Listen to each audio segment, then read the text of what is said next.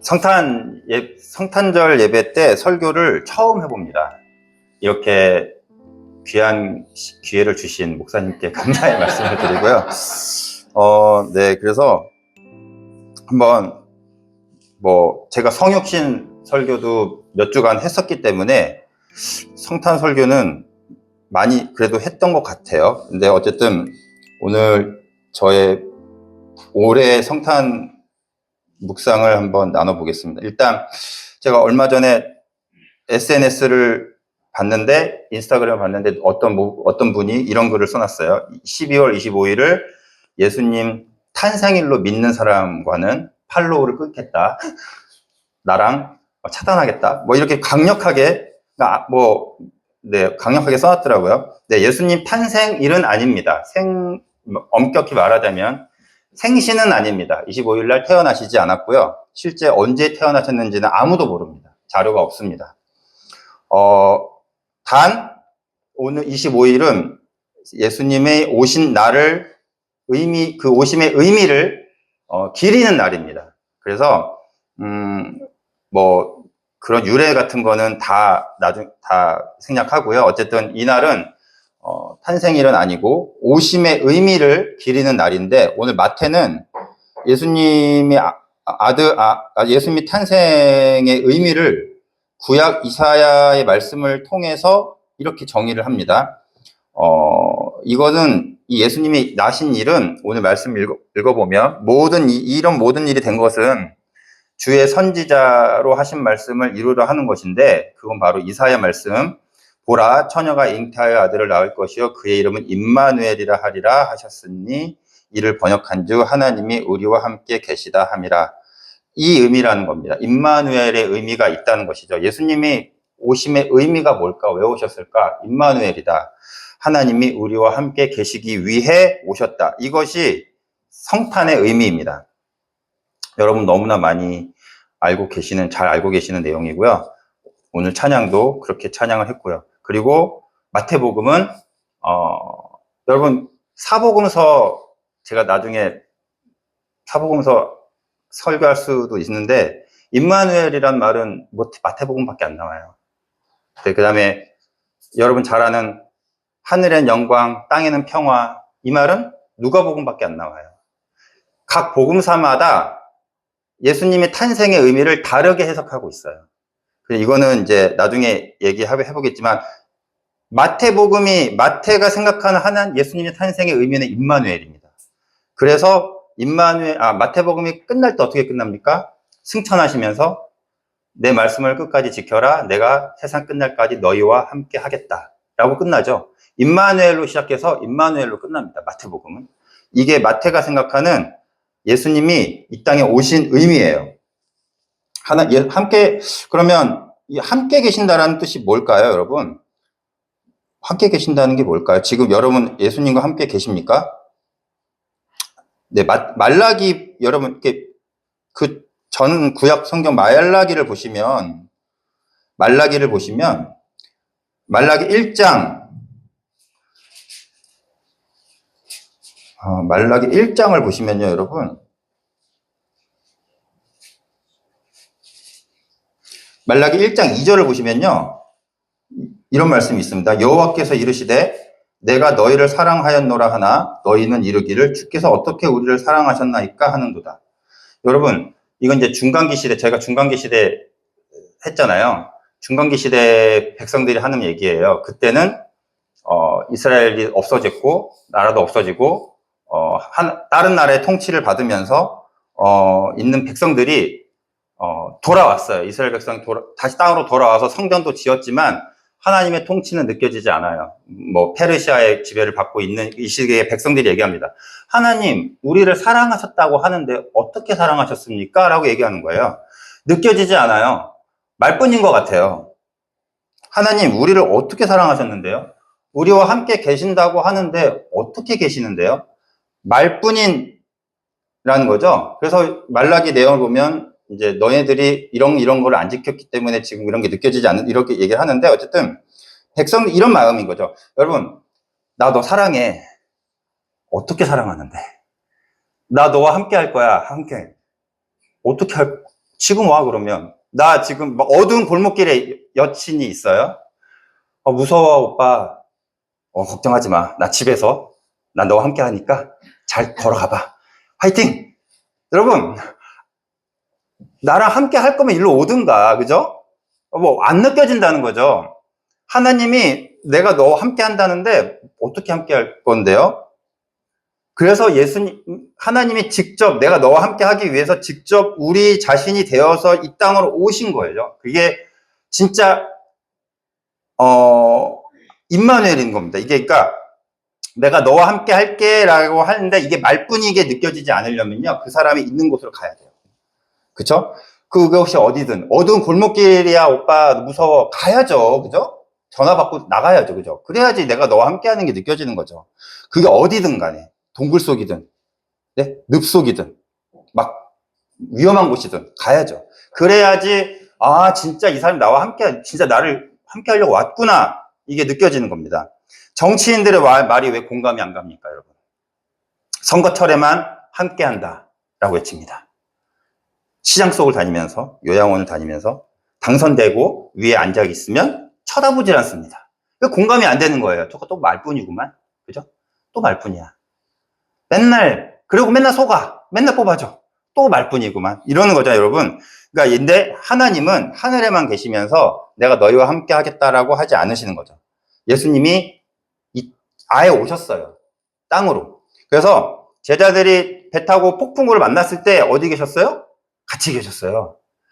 배들이 흔들릴 때 예수님 같이 배에서 흔들리셨어요. 예수님 편안하게 난 하나님이니까 아무렇지도 않아가 아니라 같이 흔들리셨어요. 같이.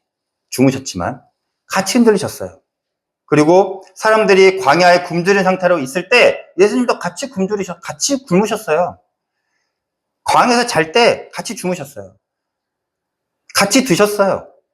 함께 했다는 거. 이게 진짜 함께 하는 거예요. 그 사람들 속으로 들어가는 거죠. 예수님이 근데 반대로 우리가 함께 하기가 어렵죠. 예수님이 겟세마네 동산에서 기도하실 때 너희들도 깨어서 기도하라고 하고 예수님 기도하시는데 제자들 잤죠. 예수님 뭐라고 말씀하십니까? 너희들은 한시도 깨어서 나와 함께 기도할 수 없느냐? 난 너희들과 함께 하는데 니들은 왜 나랑 함께 할 수 없느냐라고 오히려 그렇게 반대로 말씀하시죠. 오히려 저희가 예수님과 함께 하기가 힘들어요. 저희가 하나님과 함께 하기가 힘들지 하나님은 오히려 함께 하시려고 오셨습니다. 직접. 말뿐이지 않으셨다는 거죠. 그런데 오신 이 땅이요. 그렇게 호락호락한 곳이 아니에요. 그 당시의 땅이, 물론 지금도 마찬가지지만 무자비한 자비가 없는 로마라는 나라의 식민지였던 땅이었고요. 사악한 통치자가 통치하고 있는 땅이었습니다. 만약에 예수님께서 이 생각도 해봐요. 로마인으로 오셨다면 어땠을까? 오실 수 있잖아요, 로마인. 그러면 조금 더 안전하지 않으셨을까요? 조금 더 신변의 목숨은 조금 그래도 안전하지 않으셨을까요? 그런데 그러면요, 더 낮은 곳에 있는 사람들에게 내려가기 쉽지가 않습니다. 하나님이 우리와 함께 하신다고 하실 때 그 우리는 누구냐면요. 어떤 사람이냐면 내가 우리와 너희와 함께 하겠다고 할 때 그 너희는 어떤 사람들이냐면 나라를 잃어버린 사람들, 부모를 잃어버린 사람들, 가난하고 빼앗기고 억울한 자들, 팔복에 나오는 사람들, 마음이 상하고 온유하고 마음이 상한 자들, 온유한 자들, 그리고 평화를 사랑하는 자들. 이런 사람들과 함께 하겠다는 거지. 이렇게 부자들과 가진 자들과 함께 하겠다는 것이 아닙니다. 의를 위해 박해받는 사람들. 저는 지금 팔복에 있는 사람들을 얘기하고 있어요. 이 사람들과 함께 하겠다는 거지.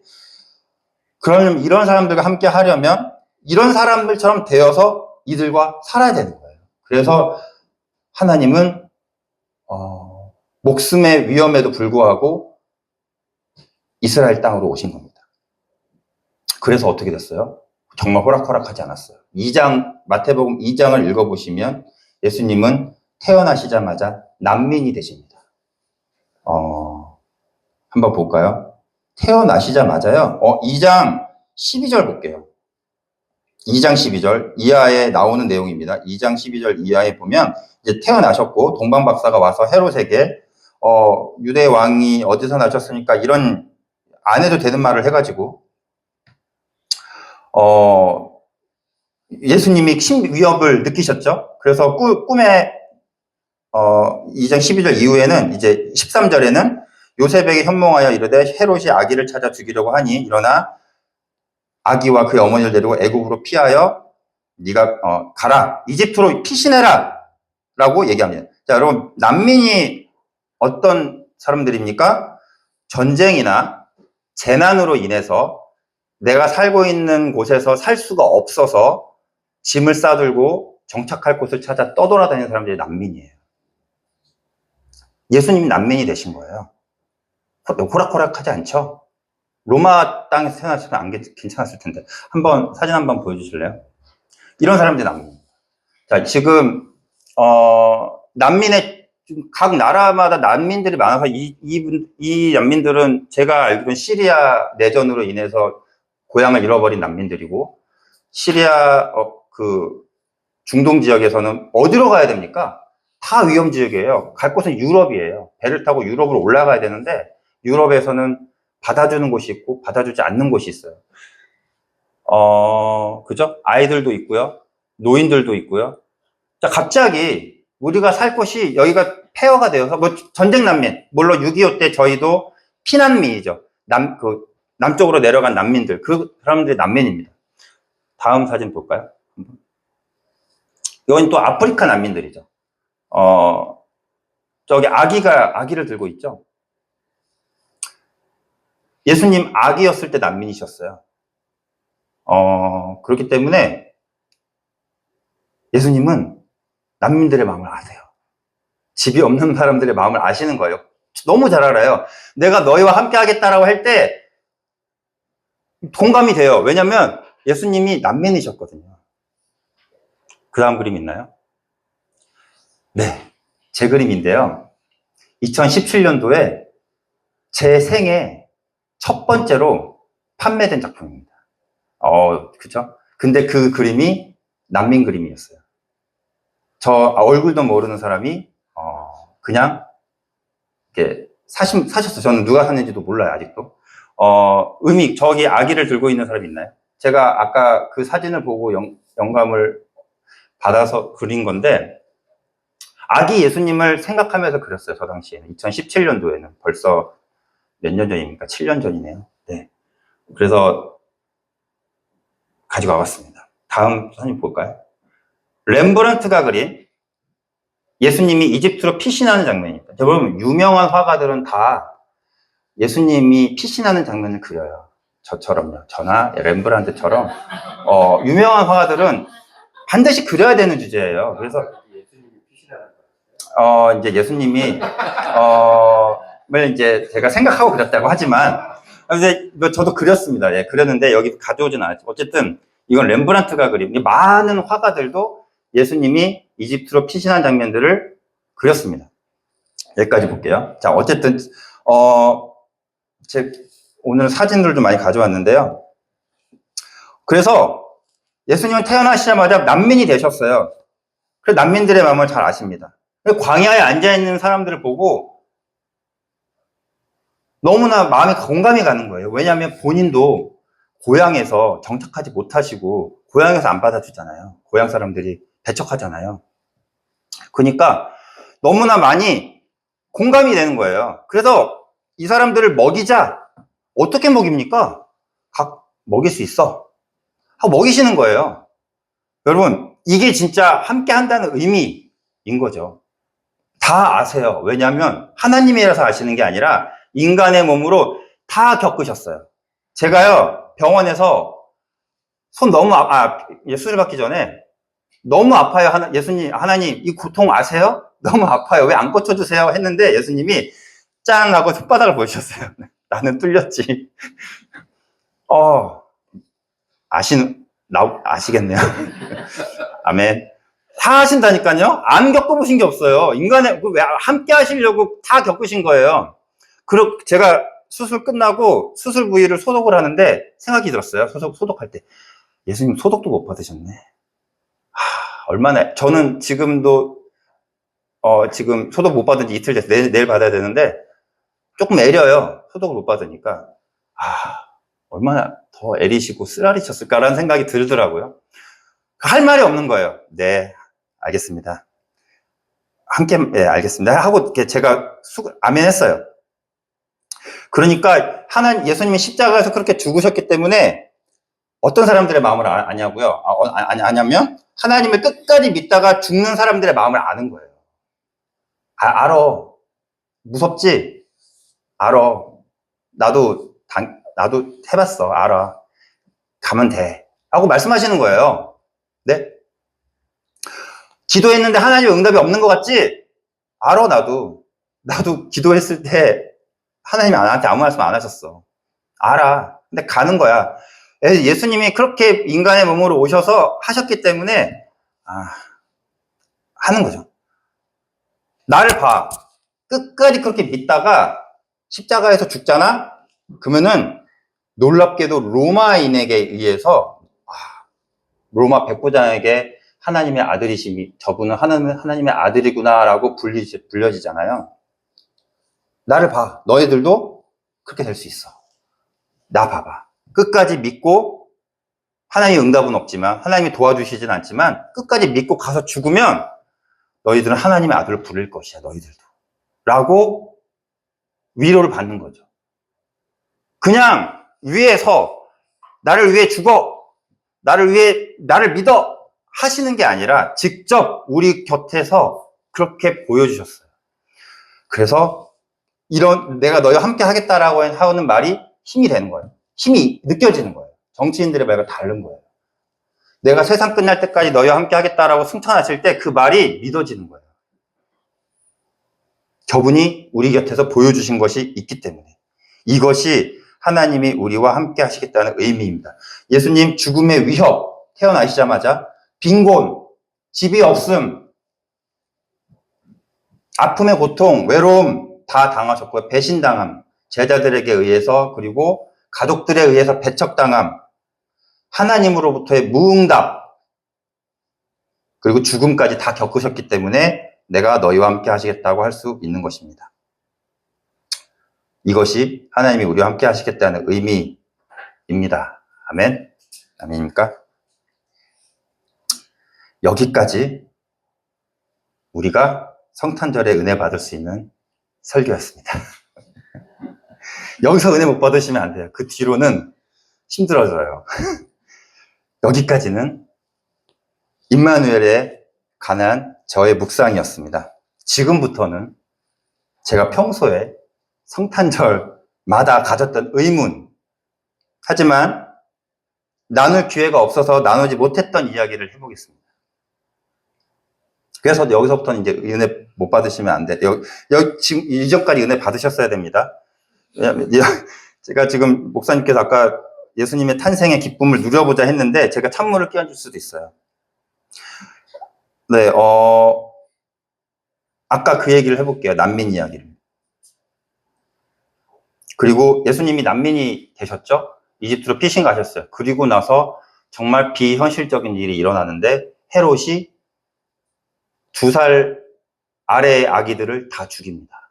그쵸? 이 이야기는 아시죠? 근데 이 이야기도 이런 비현실적인 이야기가 실제로 일어났을까 하는 의문을 갖고 있는 학자들도 있어요.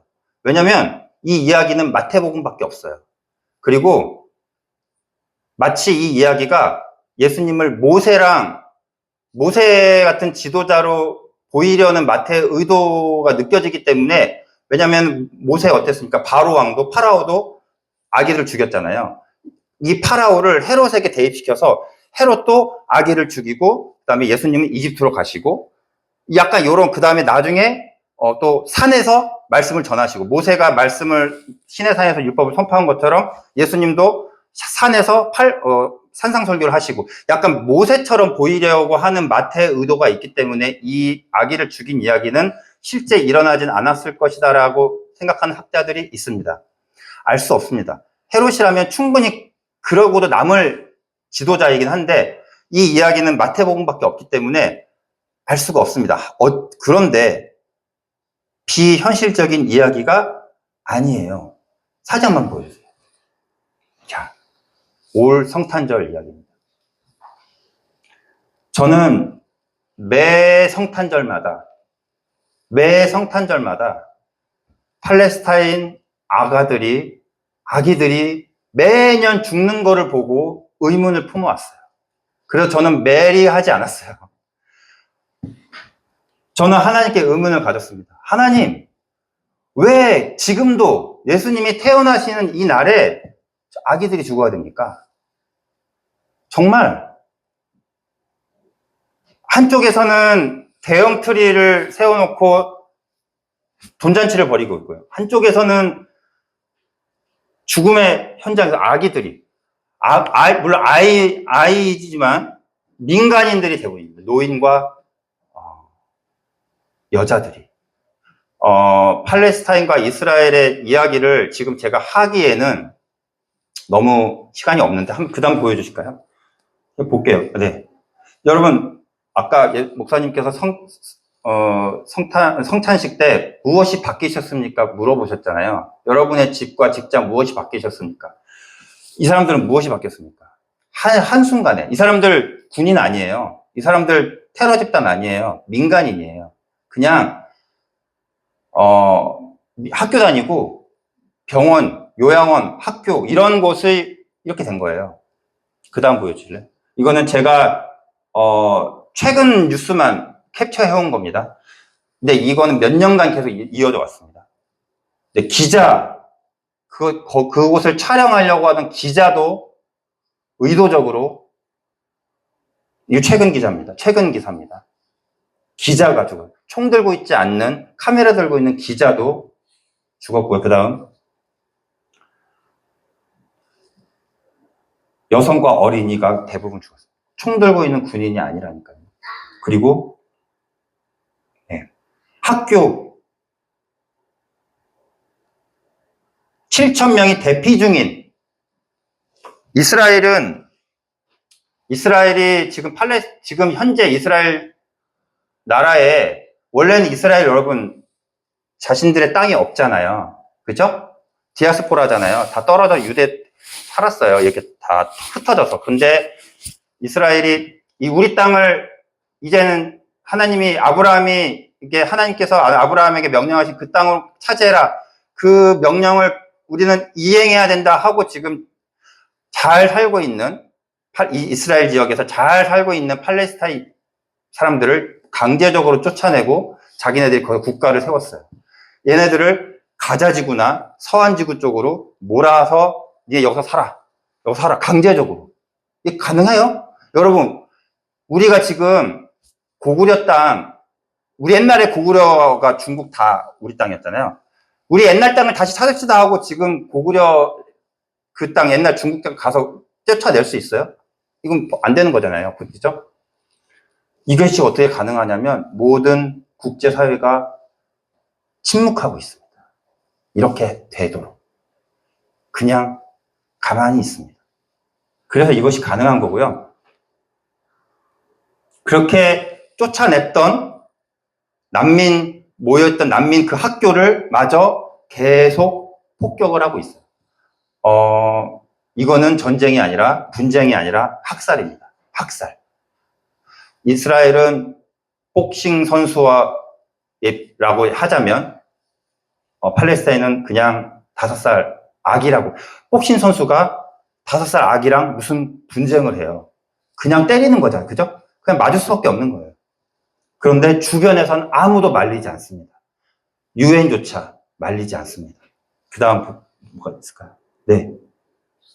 대부분 여성과 노인, 어린이입니다. 또 보여줘요. 지금 제가 최근 기사만 가져온 거예요, 여러분. 이게 지금 계속 매년 일어나고 있는 일입니다. 또 있어요? 쇼핑하다가 갑자기 폭격.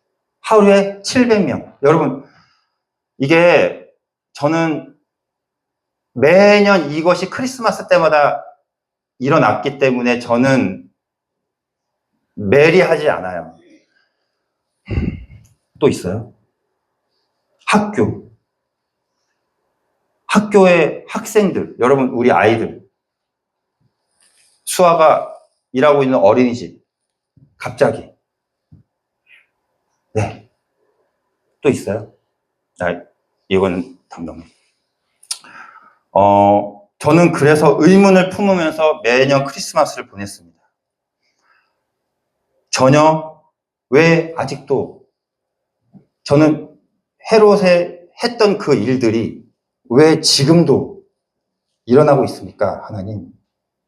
이렇게 저희끼리 크리스마스를 즐기는 게 맞습니까? 라고 계속 매년 생각해 왔습니다. 목사님께서 크리스마스 설교해라고 했을 때 전 1초도 걸리지 않고 이 설교해야 되겠다 생각했어요. 제가 매년 생각을 했지만 나누지 못했던, 우리 아이들은 당연히 이날은 내가 선물 받아야 될 날로 알고 있어요. 그죠? 크리스마스 선물 뭐 해줄 거야? 가족들은 우리 어떻게든 아이들을 데리고 뭐 놀게 해줘야 되는 날로 되어 있고, 연인들은 어떻게든 이 시간 즐겁게 보내야 되는 날로 알고 있어요.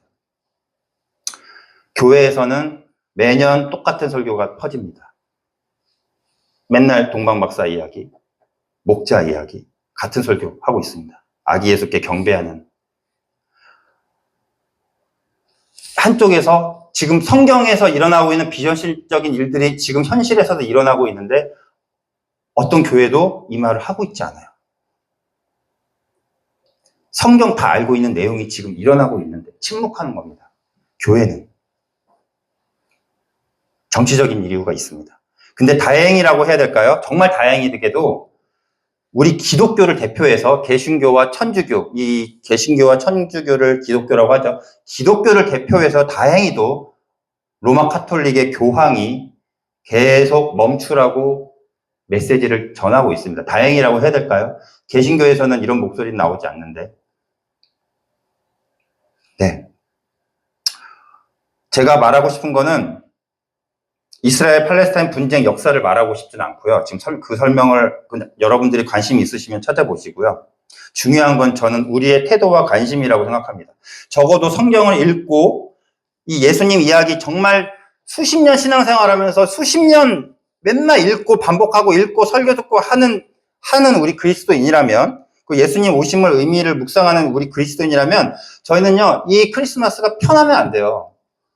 자꾸 의심을 가졌고 의문을 가져야 돼요.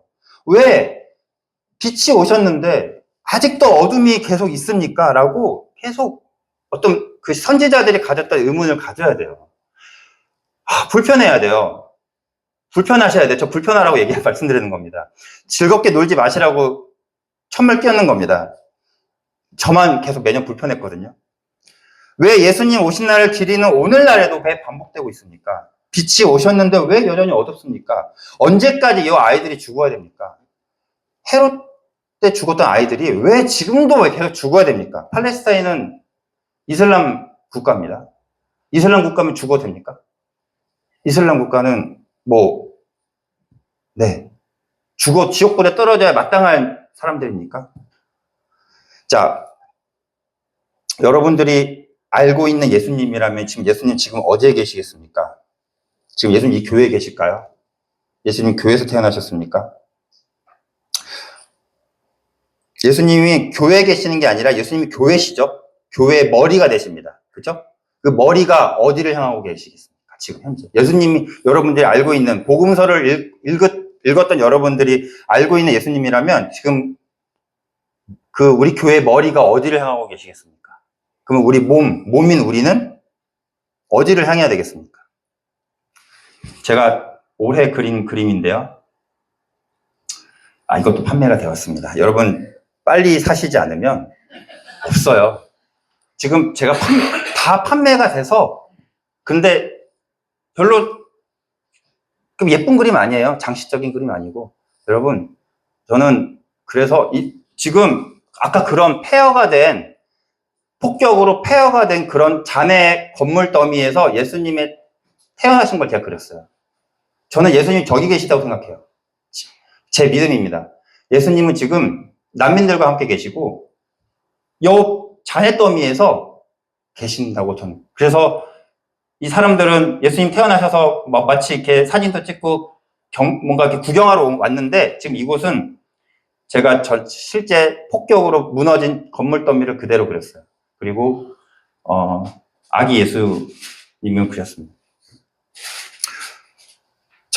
그리고 우리가 가져야 될 것은요, 절망만 하고 있는 것이 아니라 여러분 절망하고 슬퍼하라고 이 말하는 게 아니라 희망을 가져야 된다는 것입니다. 이런 모순 속에서도 칠흑 같은 어둠 속에서 해가 이렇게 비집고 올라오듯이 빛은 어둠을 뚫고 나옵니다.